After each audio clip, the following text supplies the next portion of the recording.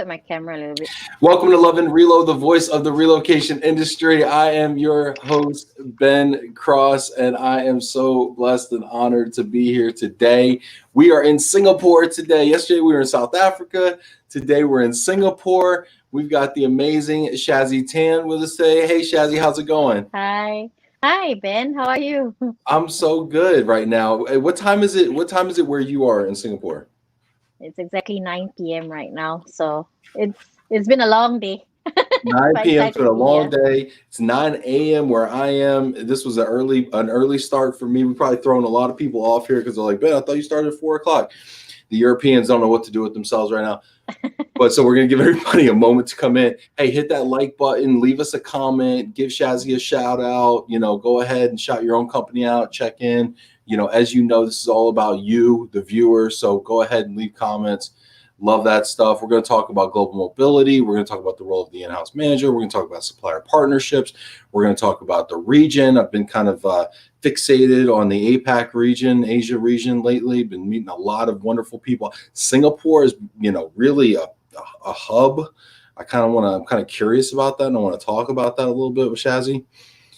But first, before we hop into it, oh, you know what? I also want to plug one thing before we hop into it. I want to plug Mercy Joy Ministries. I want to plug my good friend William Wiggins and his wife Allison Wiggins. They're co-founders of Mercy Joy Ministries. You can sponsor a child in Uganda through mercyjoyministries.org. William's from the relocation industry, and so you may know him. But if you don't know him, just go check it out. Shout out to the Archbishop of Uganda who was on the show last week, and Zach and everybody over there. My wife and I are gonna sponsor Josephine. So don't take Josephine if you go on the website. Don't take her because my wife and I call dibs on Josephine. But anybody else on there, you could sponsor a child going through vocational school, going through K through 12. So please check that out. We got people tuning in here right now. Let's get some shout outs here before we get into it. Charles Beatty, good morning, Shazy and Ben. Awesome. See, it's nighttime over there, Charles. It's throwing us off, right? Pablo says it's 7 a.m. here in Costa Rica. Pura vida. Look at this. Got the Costa Ricans coming in. Christian Hufalo.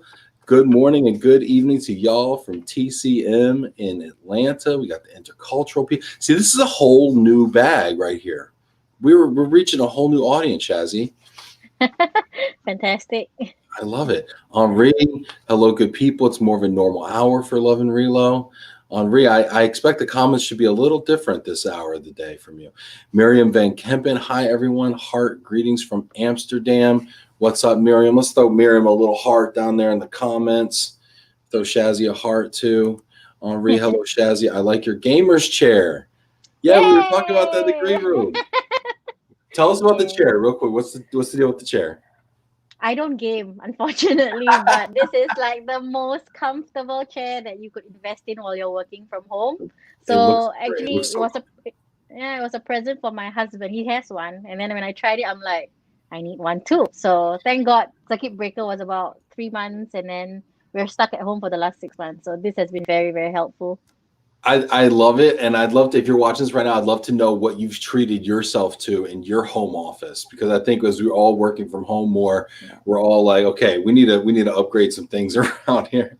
But those gamer chairs are fantastic. Love it. We got Kelly Guerin checking in from Phoenix. Hope you're both doing well. Thank you, Kelly. I hope you're doing well as well. Pablo checking in there, laughing over there. Roman, love morning shows. Good morning, y'all. Coffee and Love and Relo. Roman, this could have been you. We were supposed to film at 7:30 this morning, Roman. So you lucked out. Good to see you, buddy. Let's see here. Sylvia from Colombia checking in. Good morning. It's 8 a.m. there. Christina Swain, good morning to both of you from St. Louis. What's up, Christina? Just talking about you. It's so good to see you. Jason Rollins, hi, Shazy and Ben. Look at everybody's coming in over here. This is fantastic. This is great, great, great, great. So people are going to be coming in. This is great. We're just going to hop into it here, okay? Let me see here. Let me get my banners right here. I'm a little thrown off here. All right. I'm over here. It's like early in the morning. Yeah, exactly. Okay, so I want to hop into a couple things, but before we get started, I want to hear your global mobility story. How'd you get in this business? I was nowhere near the HR or the mobility industry business for a long, long time. I graduated with economics and finance. And at that time, I was dating a very nice man who was a mover. And then subsequently moved Hey, yes, into movers. That's right. We're handy. yeah, who moved then into a relocation company, and then he said, "Give it a shot." So I did my HR degree. And then I kind of bumped into it. And I've always been in house. So it started with just doing immigration in house, and then it kind of progressed to the entire mobility end to end process from an in house perspective. So I think that's where it started 10 years ago. So, It's so a you love it or did you hate marry the it. mover? Did you marry the mover? Yeah. That's our next T-shirt. I married the mover. That's the next T-shirt Yeah. we're making for Love and Relo. I love it. This is Yeah. fantastic. And so now you're both in global mobility. Yeah, but he's on the relocation management company side and I'm on the client side. So it's very, it's a little bit sensitive. So that's why we have very different rooms to work in. It's always confidential. There's no work talk at home. Sure, It's sure. purely just family time. Well, I think that's interesting. I think it's an interesting kind of segue also into, and I appreciate you sharing that part of your story. I think it's an interesting segue into the relationship between global mobility in-house and suppliers, right? And I Yeah. think so. So I'm on the supplier side, and I think that we have preconceptions about our friends on the global mobility in-house side, right? Yeah. What are some of those misconceptions that you might say that we might have? I probably would name the few negatives, which is one being a pen pusher, simply saying that, oh, in-house mobility, you're doing nothing but just doing the nice work, the glamorous job. You're not going to the person's house packing his stuff. You're not doing the property handover and I've all that definitely said jazz. that. I'm guilty. I've said that before. I'm like, I'm out here loading this Uh, truck. Where's Shazy right now? I'm over here loading the truck. Yeah. That's And that's just a misconception because I think what it's a partnership, right? Whoever that you work with, whether it's an internal stakeholder or an external, it's always a partnership. And I think there's always misconceptions either way. I always right. think that, oh, maybe the vendors are not working hard enough, and then the vendor will think, oh, you're not working hard enough. But I think from an in-house perspective, it's always been more of the business management expectation side rather than just physically doing the house hunt or the school search or even the packing. There's a lot more work that we do. Maybe 80% of the work is before we even initiate the relocation vendors. So that That's 80% it's a lot. It is a lot, and I want to understand that 80%. But before we do, I also think it's interesting the dynamic you're describing, right? Where, and this is true for life, right? Where, and I'll see if I can get my hands in here, right? Where I'm pointing at, wait, I'm pointing at you, saying you're not working hard enough, and then you're pointing back at me, saying you're not working hard enough. Like that. That's true in like marriage. Yeah. That's true in work. That's true in almost any type of relationship, right? So I think Yeah. it's important, like what you're saying to me, like rings a bell, because I think it's important for us to remember not to point fingers outward, but point them kind of back at ourselves and say, hey, are we pulling our weight? I mean, I just had this conversation. I just literally had this conversation with Janet last night, right? I was like, I came to the realization I'm not pulling my weight, right? And so it's like, I think those are always more productive conversations to have. And I wanted to I want to reimagine what the supplier relationship can be like. How do you? I'm like, my mind's going in so many different directions. Right now. I Take apologize. your time. So let's go back to what you were saying. Let's go back to what you're saying. I want to finish this real quick. I want to understand this. You said you're doing 80% of the work before we even get the initiation. Yes. What is Interesting. it? Interesting. I don't know if you've seen these things right here, but they're called trucks. Okay, so I don't know. Let's see. I don't know. Let's hear the 80% that goes I on married a before we mover. go. Did you forget? So what are the 80? What is the 80%? What is the 80% that goes on before we get the initiation? So there's a lot of consultative work that happens before any move can take place. So there's cost estimates to do, and we need to be sure that we are jack of all trades. So I might be taking 10 countries in the entire APEC. So I need to know basics for each of the 10 countries, right? Whether it's immigration, tax, housing norms, etc. Then comes the management of expectations from the business and the employee. So the employee might say, oh, I need this kind of support, whether it's housing, schooling, whatever. But the business is saying, hey, I have a budget to manage. And then the corporate side will say, hey, we have a policy to make sure everybody is fair. There's internal equity. So you have three. So just to paraphrase, to understand, you have a business that says we want this person, but we can only pay this. You say we have a policy that we have to comply with, and then we, oh, by the way, have employee expectations that we have to meet. Yep. And then you've got the fourth one, which is all the vendors. So we do vendor management as well. And that comes from making sure that we're compliant from an immigration and a tax perspective. And then we've got to manage, the schooling season, whether finding a house is easy, the safety and security part, and then we've got the payroll and all that, all that happens before. So when someone wants to move, actually the planning can take about 6 to 8 months at least from an internal perspective. So what you see as, oh, yes, A to Z is going to from UK to Singapore or from US to Singapore. Actually, all that planning has happened 8 months ago from a business perspective. Is this role supposed to be in Singapore? Is it a permanent role? So that's where we become consultants and say, oh, maybe you don't have to bring this person for a long-term assignment. He should be there permanently. And then what kind of policies? So it's a lot of talking, which people will think it's always glamorous. You're just talking, writing emails here and there, but it's not true because you've got so many balls up in the air and you need to make sure that you're protecting everybody's interests. So I want to ask the audience right now, because the audience is watching right now, and I want to watch this. I want to ask them, do you think let's use the 80-20 rule, right? Let's use the 80%, 20% rule. Does the in-house global mobility manager do 80% of the work and the suppliers do 20%? Or does the in-house manager do 20% and the suppliers do 80%? I want to know in your comments, who does the 80% around here? I think this is fascinating. I think this is truly one of the most fun conversations, because I think we can make a case for both, right? It's like asking somebody, what's the most important aspect of the global mobility process, right? And whatever supplier you're talking to is going to say, my part. That's what Exactly. Immigration would say, well, if I don't do my job, they can't get in the country. And the mover's going to say, well, if I don't do my job, they're not going to have any stuff. They don't have a house. Exactly.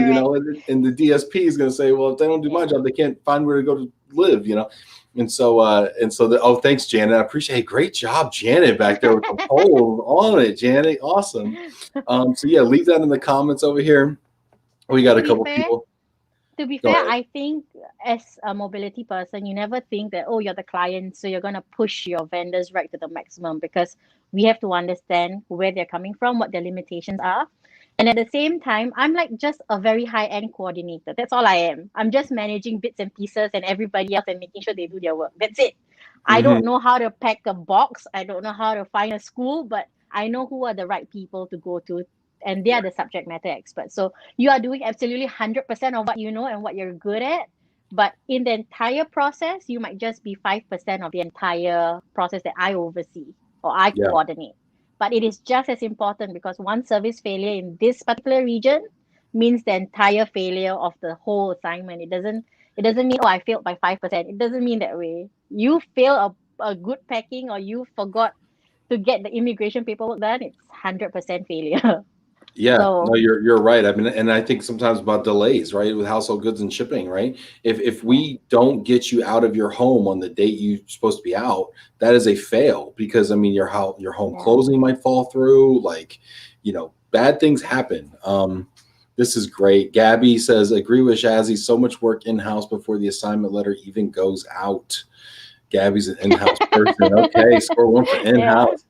Anka says, I do 100% of my share, hopefully every day. It is teamwork. Every one of us has the power to make it to be the best experience or ruin it. That's a great point, Anka. Yeah. Kind of echoing what you just said there. Melanie says, 80% global mobility manager. We do the admin work. They do the strategic. Interesting. I think she's saying we do the admin from, I think she's a supplier, I believe. Melanie, correct me if I'm wrong.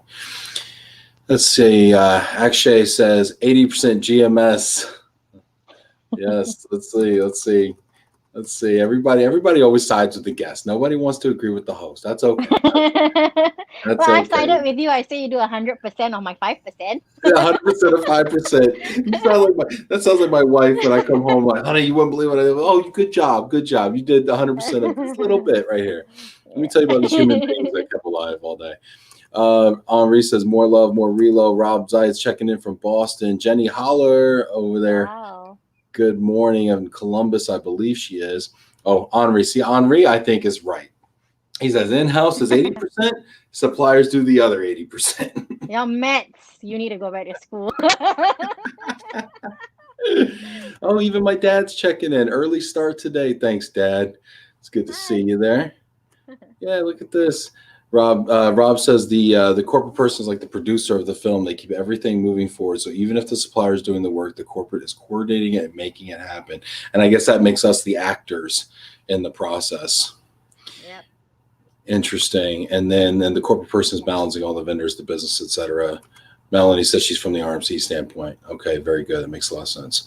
Yeah. So I want to move on to where I wanted to go also, where my brain also went.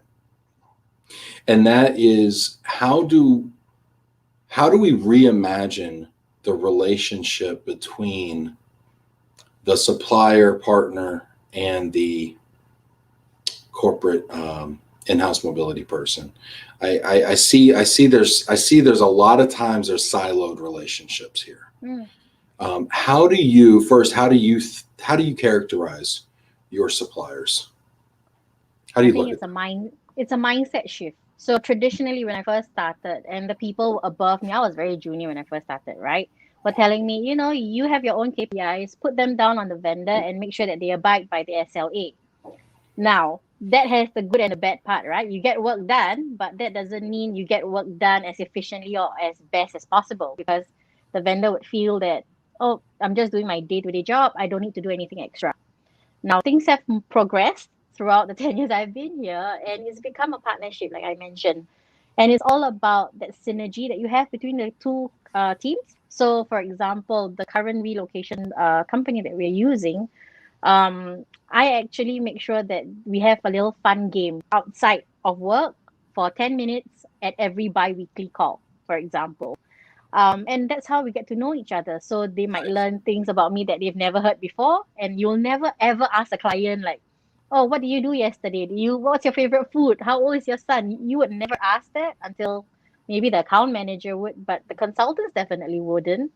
And I Hmm. think that has brought us a lot closer because then they realize actually we're all in this together. I'm here What, to help them. They're here to help me. why did you decide that that was important? Because I love the fact that you can describe that evolution of your mindset, because there's a lot of people that are still stuck on pointing to SLAs, pointing to contract terms, pointing to KPI. It's a very dry, transactional, you're bad, fix it kind of relationship. How did you evolve your thinking? I think we're all humans. Mm. I don't know whether it's a generation thing, but if you look at the people that we are moving, the younger generation, it's not about tell me how long it's gonna take or tell me, what's the policy. This can't be done. This can be done. Tell me what I need to know in the fastest way possible. And things have moved from email to WhatsApp.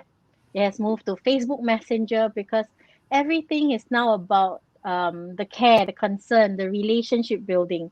And it's kind of funny because I think this was a very westernized idea in the past. Whereas in Asia, back then, when you do cultural training, they'll say in China, everything is about relationship. Don't talk about business until you know them very well and you take them out for dinner, right? Mm. It's becoming like that now, I feel. And we actually get a lot more work done when we know that we're on the same side. We're not facing a war with each other. And don't get me wrong, SLAs are important. And I think fixing what is wrong at that moment in time is more crucial than finger pointing because it doesn't get anything done, right? You don't solve the problem. Well, and it probably makes it worse. Going back to our example before, you're bad, you're bad, Yeah. it's like, and now we just devolve into this. You can't do anything in that mode. Yeah. So let's think about, what does the perfect, ideal supplier partner global mobility relationship look like? Because I have my own thoughts, but I'd like to hear your thoughts on what does perfection look like? What should we really truly strive for?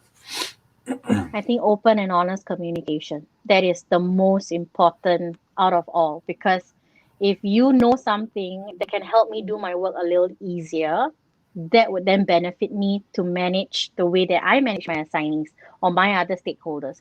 And that's the same. Every little bit of information that I have, which I may think, oh, it's not important to tell you that if you're a mover, I don't tell you that, oh, actually he has a son with special needs and you need to be more careful with the crew that you put into the house because he might be a little bit afraid. Things, little details like that. I think it is so Huge. important, down right to the T. And if you're not open, you're not honest, and you have this barrier that I'm client, your supplier, or I don't want to deal with the DSPs. I just want to do with the RMCs. I think it then becomes so clinical, and things just get lost in translation halfway through because of all the red tapes. But one of the things I like about what you just said was that now global mobility in that scenario is actually anticipating the need of the supplier, Mm-hmm. such that we can now anticipate the need of the transferee or the assignee, the employee.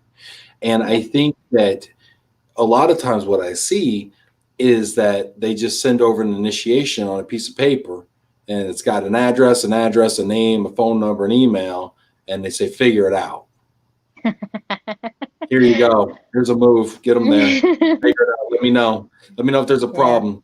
But Yep. but it's like, but you know so much more information about this employee because you've been thinking about them for 8 months, to your point earlier, right? You've been Yeah. thinking about relocating their person to you. When we get it, oftentimes, unfortunately, it's just a piece of paper for us, but Yep. there's so many notation and so much context there that we could benefit from. And then so we get it and we're cold. And it's Yep. hard sometimes to do an amazing job for somebody when Yep. we come in so cold because the relationships are so important. Yeah. Is there something more? I think is there something more from a global mobility standpoint that, I mean, I know we have some global mobility managers who are watching this right now.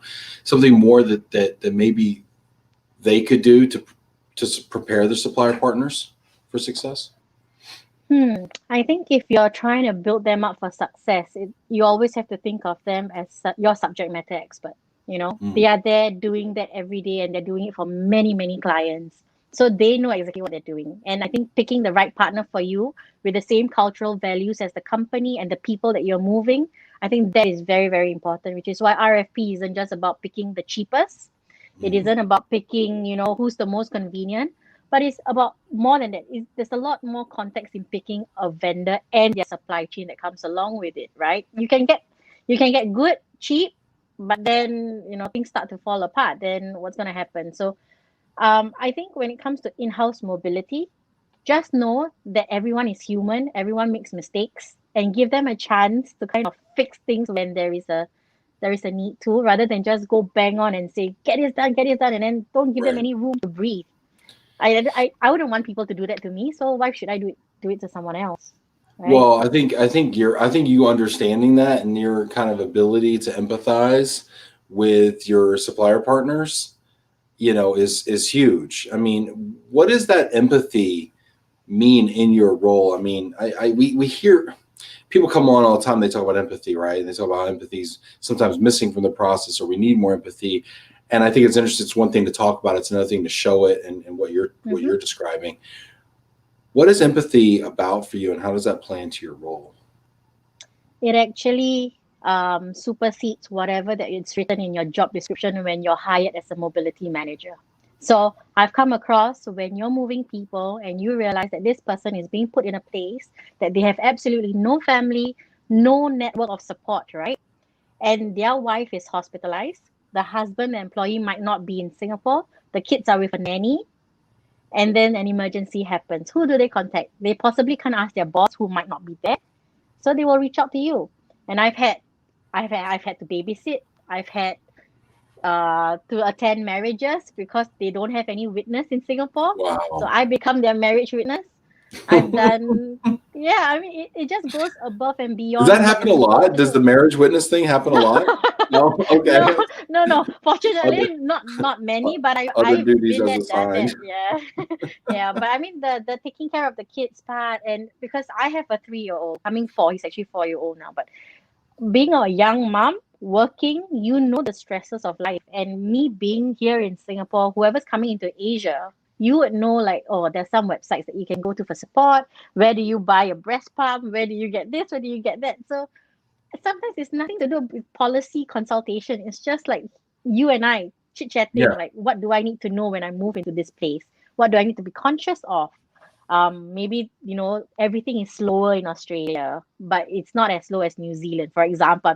I'm just quoting it, but it's little things like that, I think.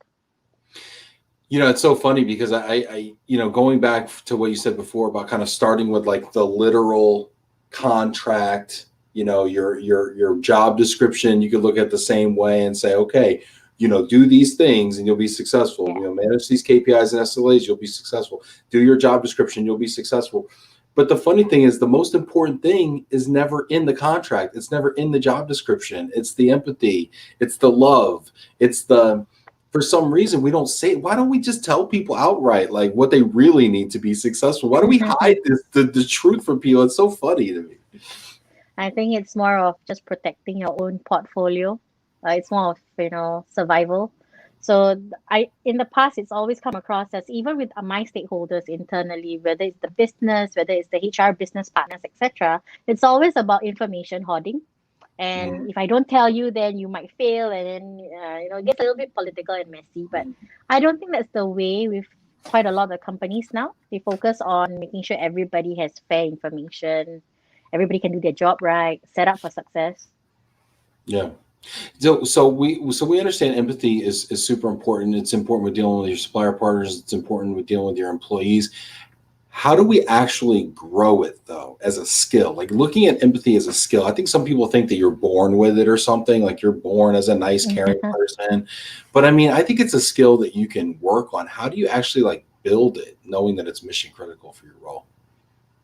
I think if you truly care, you will do whatever it takes to get you there. Because you might say it's my job. Yes, it is your job. It is your responsibility. It is your duty. But then, are you doing the best that you can do every single day? And that's why I think everyone is so tired working at, whichever company I've been with. Everybody gives 100% of what they do, and then I'm Yeah. up here doing more, because I think what I want to do is not just connect with the peers around me, but it's also about connecting with the rest of the industry. Just like how you have misconceptions about me, I have misconceptions about you. So the only way for me to find out and make sure that I'm on the same level of understanding as you is to actually spend time and talk to you. Not everybody is willing to invest in that. So I think that's something that I personally would do. And it's not something you're just born with, but there's a lot of effort. There's a lot of sleepless nights involved, I think. Yeah. But it requires you stretching yourself and opening yourself in ways that might be Yeah, uncomfortable, right? yeah. And I think I mean you're demonstrating that right now, right? I mean I think and I think and that's where the rewards come in. We got some people checking in right now. I'd love to hear your comments. I'd love to hear your questions right now. So go ahead and leave them in the comments. If you haven't already, hit that like button, hit that applause button for Shazy. We got Michael Quigley checking in from California. Mike, it's early out there, buddy. Take it easy, man. Hope you're well, dude. Sophia Bentnick, really agree with everything Shazy is saying. Checking in from Mexico. What's up, Sophia? Got to get you on the show, Sophia. We haven't seen you in a while. Melanie Rob Zeitz, love the film analogy. Yes, yeah, the producer and the actors and all that. Henri from France says, I understand Shazy's point. Retaining information gives you power. However, I've discovered that sharing information brings power to all. Agree. Yeah, I think that's where we should all aspire to be, right? Is to be the person who doesn't, not the powerful person, but the person that gives power. I think that's the true power. Henri Dusaswal, yeah, exactly. Irene's agreeing. I want to pivot our conversation a little bit, Shazy. I want to talk kind of, we talked about empathy. We kind of talked about the tactical, right? Mm-hmm. I want to kind of get to the strategic, and I want to understand your philosophy on global mobility, right? I want to understand.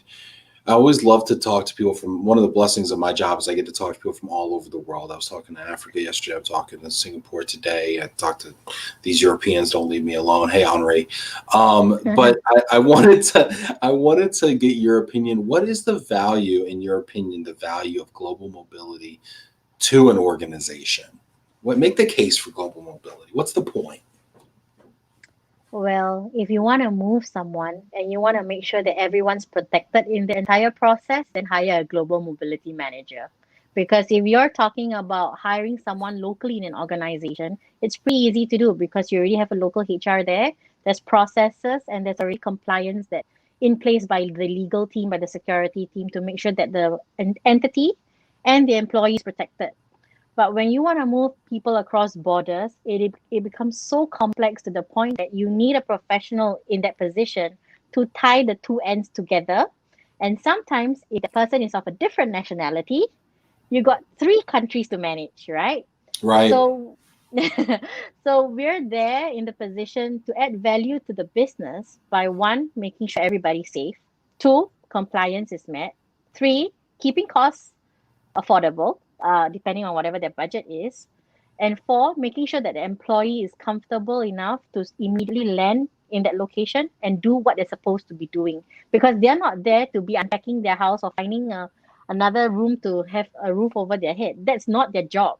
Their Right. job is to be there, off running and doing whatever they need to do. So we are here to kind of make things a lot easier. But at the same time, from a supplier standpoint, you're looking at making sure that the person assimilates to the host location as quickly as possible. For myself and my HR colleagues, we are there to make sure that we know what's that person's career growth, whether there's an ROI for that role, if that person is there doing their job successfully, what happens after that, what's their plan, do they go home, do they extend, do they localize? So all Sure. that conversation happens. I love what you're saying, and the reason I asked you this question, I know somewhat I'm kind of preaching to the choir here, since we're all global mobility professionals here, but I think it's important that we understand how to articulate our value proposition to the Hmm. organization. When I talk to global mobility managers all the time, they complain about not having a seat at the table, not being strategic enough in their role, and kind of being kind of relegated to the tactical side and the administrative side, but not being Yep. really strategic or being part of talent or being up the chain, the food chain, if you will, of the talent organization. So I think it's important to understand our importance to the organization and be able to articulate that. You mentioned something in your comment just now about success and measuring the success of the assignment and the assignee. Yes. How do you measure the success of an assignee or an That's assignment? very controversial. So a lot of companies that I've been with will say, "Oh, if I put this amount of investment in, this is how much output you should give me," and there will be KPIs in your annual review or whatever. But I think to a mobility person, it's beyond just that role. It's whether your kids are okay, whether your kids are doing well in school. Is your wife happy, or does your wife want to go home, or is your husband looking for a job in the host location and they are successful? So I think all that comes into play when you're talking about a mobility position. Because at the end of the day, when you're talking about remuneration, the reward and the benefits aspect of a particular role, I think that's easy to quantify, right? Because we have our reward people and all that in place. But Sure. when you're talking about the soft ROI, I think that's a little bit more subjective and it's very emotional. So moving is very, very Oh, emotional. yeah. How do we get our senior leadership to understand that, right? Because oftentimes these Hmm. types of business decisions, strategic decisions, are made with graphs and P&Ls and pro formas and things like that, and they're done in a very sterile environment of numbers and spreadsheets and models, right? And you're right. We're talking about people, and we're talking about organizations, which we think are machines, but really are more like organisms themselves. If you think about it, right? We're the cells of the organism. It's more like a living, breathing organism, and it's only as healthy as the health of its cells, cellular pieces. So, how do we take the soft cost, the soft ROI, and Hmm. make that real to our senior leaders who, maybe don't talk in those terms. Yeah, I think one for those who say that they don't have a seat at the table, my comment is create one. I've Mm. been there, done that, where no one trusted whatever I said, and then they realize after a couple of me being so adamant and saying you need to listen because there are some points that you must consider when you're making a very important decision, and that's how you first get into the Yeah. door, right? What was that moment? What was that moment where you flipped that? I'm sorry, this is so important what you're saying here. What is that moment where you flipped that though, where you went from not having a seat at the table to having a seat at the table? What was that moment? What was that conversation? How'd that work? So a wise man once said the boss will hire you for two reasons. One, they know how to do it, but they don't want to do it. The other one is they don't know how to do it, so they hired you to do it, right? Mm. So be the second one. Tell them something Yes. that they don't know or they didn't consider or it slipped their mind and remind them how important that thing is. So, for example, when I first was introduced into a company, not this particular one, there were a few senior executives that said mobility is not important. You don't have to worry about immigration, blah, blah, blah, blah, blah. Now, down the line, with all that planning, they kept me out of it. And then they realized, oh, how do we bring this person into, a particular location without immigration, without a corporate entity to pay your tax, without any DSP support, Right. nothing. You can do all that planning with the role. You can see he reports into someone else in another country. That's fine. But the physical location of that person, then you need a mobility person to come in and say, okay, I know how to do it. Leave it to me. I will get it sorted. And I think that was the turning point because then they realized, maybe we should have brought her in a little earlier so that we could have planned all this out at the very beginning, right? Well, and So, you brought solutions to the table too, right? You solved yeah, the problem. So I think sometimes people come in, they tell us all the reasons why things can't be done, yeah, and then you're just left with more problems than you started with, and it's not a good feeling, right? Because like sometimes people think leaders think very high level, and they're just like, "Yo, get it done, make it happen, whatever. We'll just shift this over here and group move this over here and close this down and stand this up," and like thinking in very broad strokes, right? And then somebody comes in and says, but visas or but tax of and just get it done, right? So yeah, I mean, to your point, I love the there's two types of roles, right? There's the one that they know how to do but they don't want to do, yeah, and then there's the one that they don't know how to do and be the second. yeah, I thought that was brilliant. I never heard that for some reason, but that's so brilliant. and yeah, and so and so but so you came into that situation, and you have such a way about you too, and you came into that situation and you brought solutions and made their job life easier.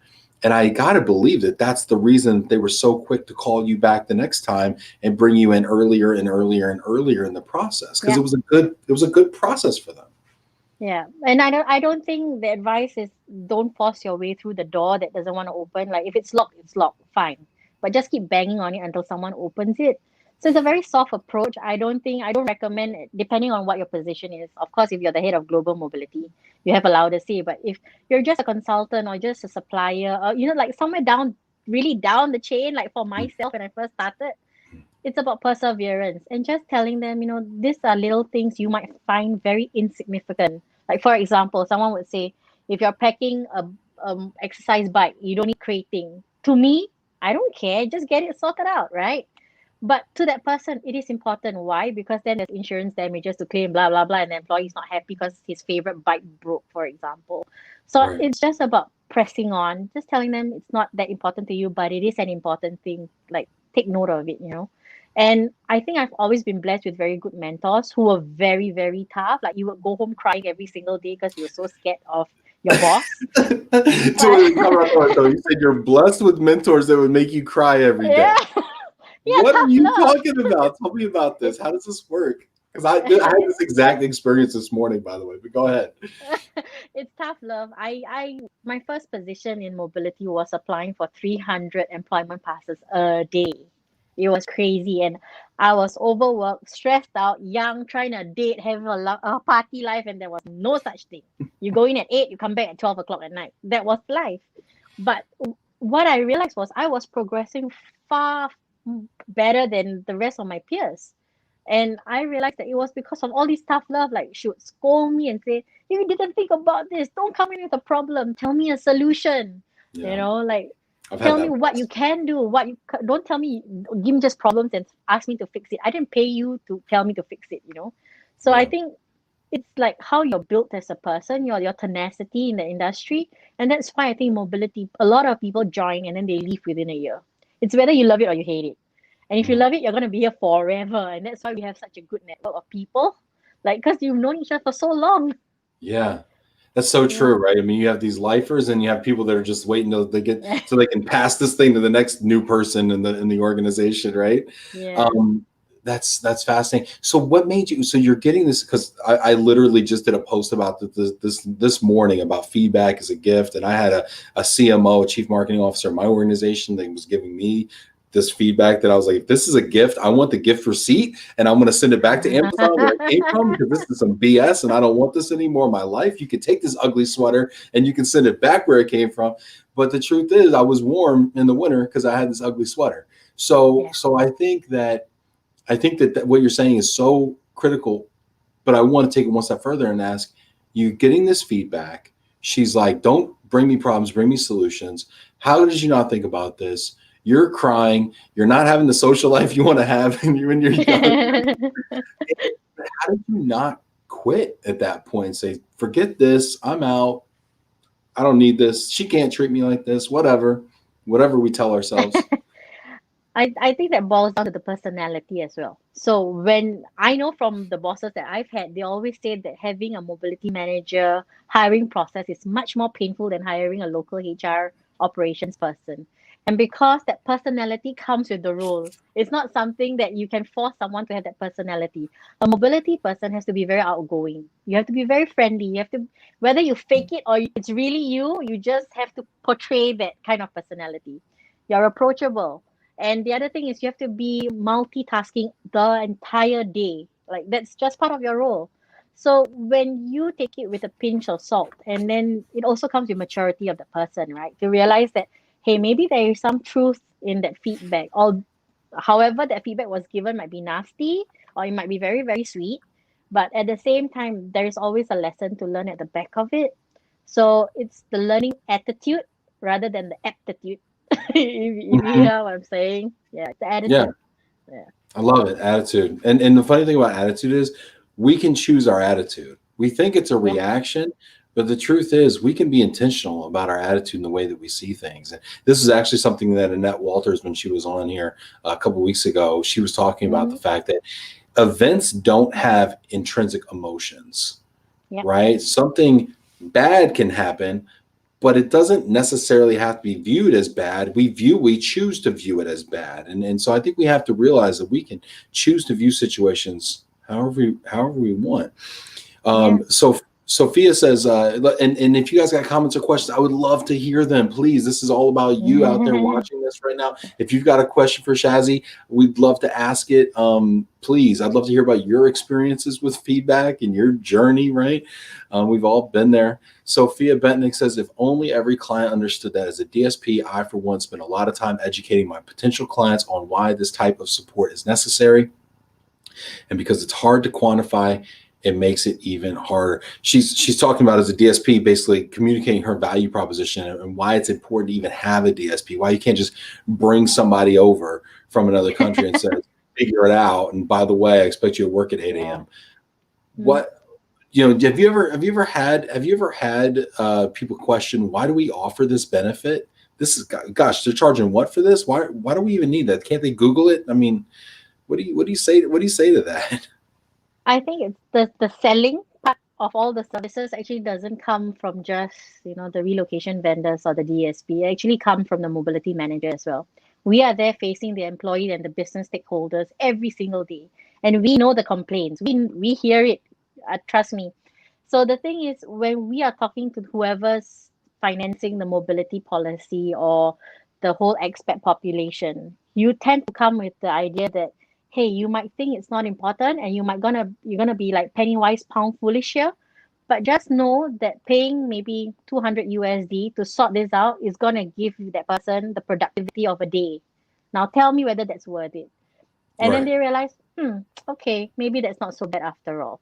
But Sure. when you talk about when you're going for RFP, for example, and then the cost just adds up, Like when you put everything in together, it just adds up.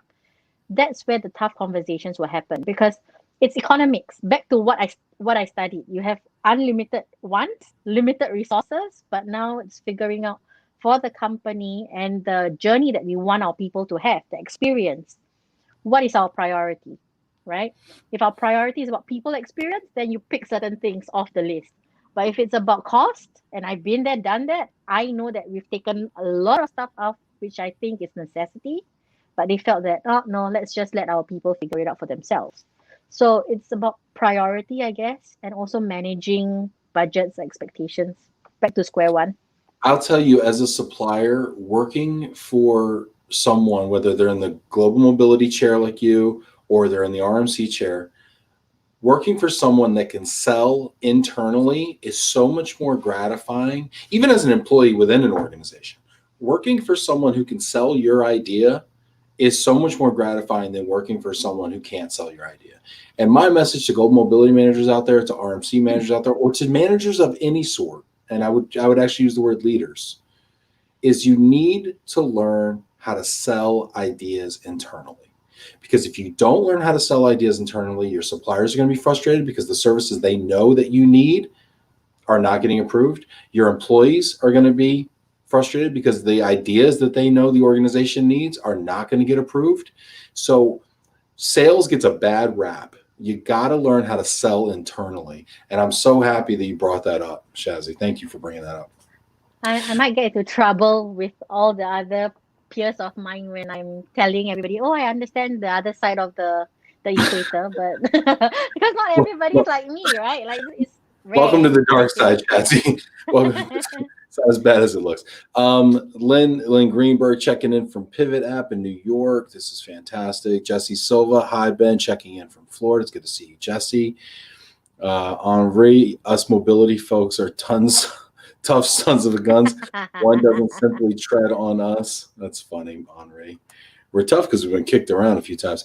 Henri, kudos to all the hard workers out there. And Henri knows he's got trucks. He's running trucks up in France there. Yeah.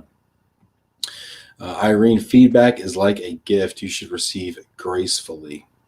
Sometimes you need to slap the person who gave it first and then think about being grateful. How do you do that? How do you maintain? Because here's the other thing. Here's the flip side, right? You need feedback. You need people in your life who have the gumption to give you feedback and who care about you enough to waste their time giving you feedback. Right? I say waste their time, I'm being facetious, but to even put themselves out there and risk rejection of their own or risk having you cry in their face, right? They could just say nothing, fire you 6 months later, right? I mean, this Yeah. happens all too often, right? Because managers and leaders don't know how to give feedback. So how do we as people who are being led or Mm. just suppliers or friends, how do we receive feedback in a way that encourages further feedback and doesn't shut our mentor down? I think it's constructive feedback.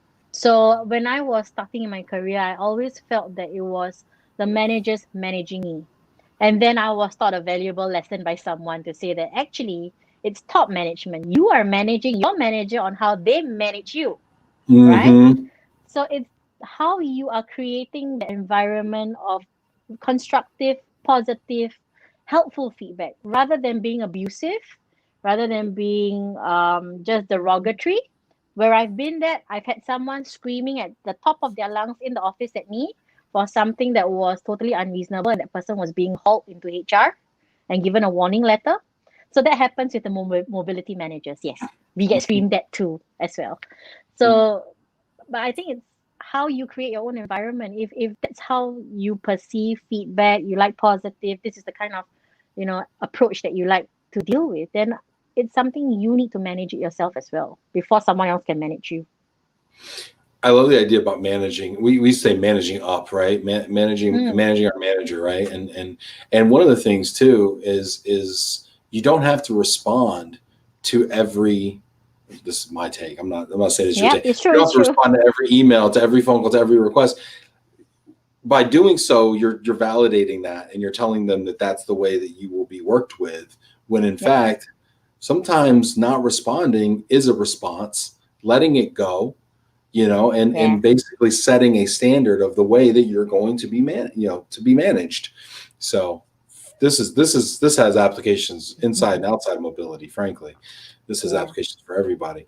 Henri has a Henri has a question. The Matthew over in Denmark. Are you in Denmark, Matthew? You awake, Ben? Oh, get out of here, Matthew. You're so funny. Love this guy. Some of these people are hilarious. They're just like poking fun. Sometimes they just tune in to poke fun of me, Shazy. Henri says, Shazy, do you notice big cultural differences between world regions when you address colleagues or providers? Yes. And I think that becomes the part where mobility manager transforms into a chameleon. Because when I'm speaking to Ben, I'm speaking his language. My accent is very different from when I'm speaking to another Singaporean colleague or a Chinese colleague. And I think just little things like that, that I'm an Asian. So you try to talk to me about very Asian cultural stuff. Whereas for me, it's like, no, let's just talk about normal stuff. You can talk to me about political stuff. I don't mind. But it's not about, you know, just talking about your suppliers, but it's also your employees because we are dealing with people who are from all over the world. And I think cultural training is not just for the employees moving, it's for the managers as well, the global mobility team. I need to know how to manage that person coming in from Africa. I need to know that a person coming in from Japan would have different priorities because culturally they're seen as very different. They are more meal oriented, for example, or the focus is very different. So I think that's important when we are in our roles, and it cascades down to the entire partnership that we have with the RMCs, with the DSPs, even to the housing agent showing the house. They need to know that talking too much might not be good, or talking too little might not be good. So Yeah, talking too much can definitely not be good. I've seen that happen many times. Like he said, what? He told him the story about the Ferrari? Oh my gosh, dude. I had this yesterday, right? Told him the story about the Ferrari. What was he thinking? Oh yeah. gosh. This is fun. Mary Lee says, agree that as global mobility leaders, you have to be influencers in many areas. I think that's wonderful. People love the idea of the feedback there. Shout out to you, Hosea, out there in Seattle, Washington. Actually, I think you might be in Phoenix right now with the fam. Good morning to you, sir. We've got India in the house. This is fantastic. Wow. Never had India in the house. What's up, Harvey? Good to see you. Javier goes on to say, totally agree that mobility managers also need cultural orientation. Yeah. Interesting. Interesting. We talked about the strategy of global mobility, what it means strategically to the organization. I want to talk a little bit about what it means to employees as well. Mm. What is strategically, if you're an employee, what does global mobility mean to you? Maybe from a career, from your own internal personal talent strategy, in your opinion. So I think maybe 20, 30 years back, people would see as expats as, wow, you're like God coming here to tell us what to do. In fact, it has changed quite a lot, which is why our policies in-house have changed to cater to the different needs of the people that we are moving. One would be the early careers. So we're seeing a lot of young people just getting out of university or still in university and are willing to take opportunities abroad. And because it is more of for their career development, there is less support by the company, right? But there's basic support given, but it's not going to be as much as someone who's business critical, for example. If that person is an executive, of course, it's going to be a little bit different as well. So things have evolved in the policies that we implement internally. And when we are talking about how it applies to the employee, they will see that maybe I'm being on assignment can then help me in my career because now I have experience of APEC, for example. If someone is working in research and development, or if someone is working in marketing, being in that location physically with the team or with the audience might give you a different experience. So then it makes the resume a little bit nicer, but of For course, sure. there are a lot of but there, of course, there's instances where they don't want to move because they've just got so much commitment back home. But the company absolutely needs them there. Now that's down to negotiation. What can we offer to bring you over? So Interesting. Yeah, mm, because I mean, if you look at CEOs of Fortune 500 companies, multinational corporations, especially ones with manufacturing, arms and things to them. These people all have expat experience. I like to look at people that are like super successful, right? And say, how did you get there? What was your pathway like? And they almost always have stints in various regions, usually more than one even. And I mean, this has been my observation. It's very rare that a person in a person who's a CEO in a multinational corporation, with operations all over the world, will grow up in the U.S., live in the U.S. their whole thing, and their whole life, and then ascend to the C-suite, in my opinion, without going abroad and living and working in the regions that they serve. And so I think it's such an opportunity. Relocation, global mobility is such an opportunity. But I want to ask you now, philosophically, I'd like to hear your opinion about this, right? And this is something that comes up a lot, and it's coming up more and more with travel restrictions that we're seeing, and with immigration restrictions that we're seeing in some countries and regions. What are your thoughts about, historically, we've moved people to jobs. We've moved people to jobs.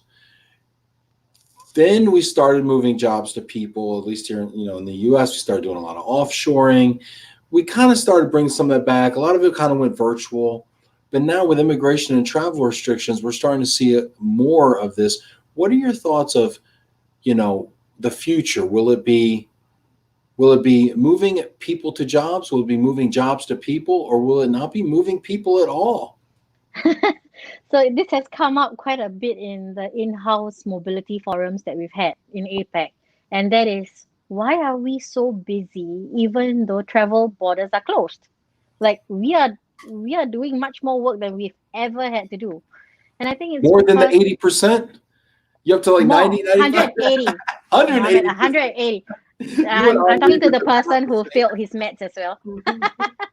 Yeah, but I think it's a mix, and there is more focus on mobility right now than ever. Because in the past it was like, oh yeah, if you want someone, just talk to mobility, they'll get it sorted. Now it's like you can talk to me and I still can't get it sorted because the ministries are not allowing, or the immigration, tax authorities and everybody's working on that. So it's not about moving jobs to people or moving people to jobs.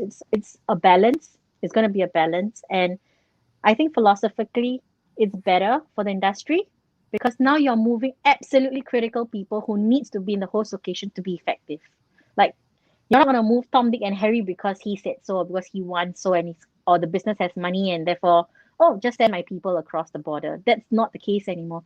You have to have very good business case, and as a company, I think that makes people think.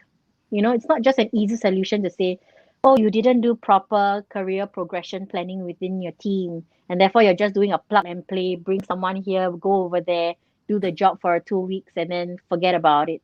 That's not the case anymore. There's going to be long-term planning on what you want that role to be, how is it going to grow, how's that person going to grow, how's the business going to grow. So it's taken us a pandemic to get to where we're at, but it has been positive so far with the impacts that we've had as a company, as an industry, I think.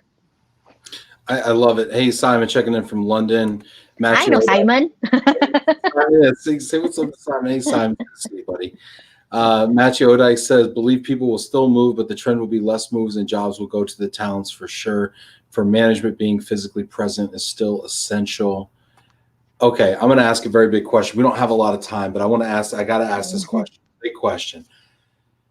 If move volume goes down, if mobility, well, if traditional relocation and assignments go down, what does that do to the role of the global mobility manager? How does that change? Actually, it has already evolved, right? With the talk of virtual assignments, with the talk of bringing the role to the people. Now, there's a focus on tax compliance and personal employee and corporate tax presence.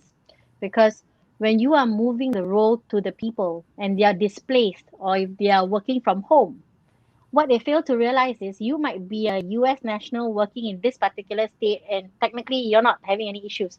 But you don't consider that you're creating a corporate tax presence in a place where probably the company doesn't have an entity. So now this is out of the DSP, this is out of the RMC, this is a mobility manager problem. Yeah. Because then you got to deal with the tax people, you got to deal with the immigration people to say that, hey, I think there's going to be a bigger problem and the entire company will be affected. So That's while we say fascinating. that we are not moving people, it's not true, because then we now have to focus on virtual assignments. People doing a job, maybe you're a US national, but you're doing a Singapore job, but there's complexities. Are we going to give them relocation allowance because they're working odd hours now? You cannot possibly tell the person, oh, you have to work US hours, but your entire team in Singapore is working Singapore hours. You cannot be telling them annual leave, you follow US, whereas Singapore is taking a whole different set of annual leave, public holidays.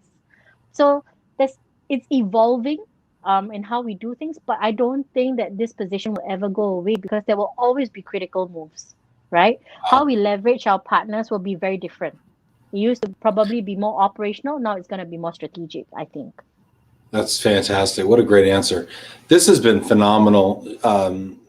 This has been so great. I wanted to just leave you I wanted to ask you just for a closing word or closing thought. What would you like to leave people with today, Shazy?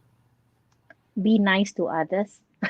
I think being nice actually helps me do my role a lot easier, because then you have empathy. You truly care for them.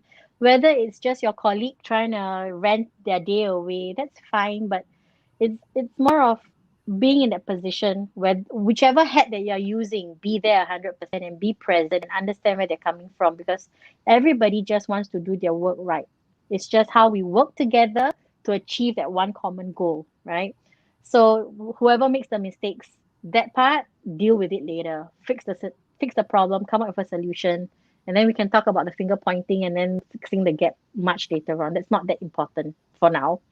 So I think that is my parting word, especially with the pandemic right now, when everybody is so focused on all the problems and all the negativity. Just be positive. Yeah, I love it. Fantastic. This has been so great. Thank you, everybody who's gotten into the comments, who's left comments and questions and participated.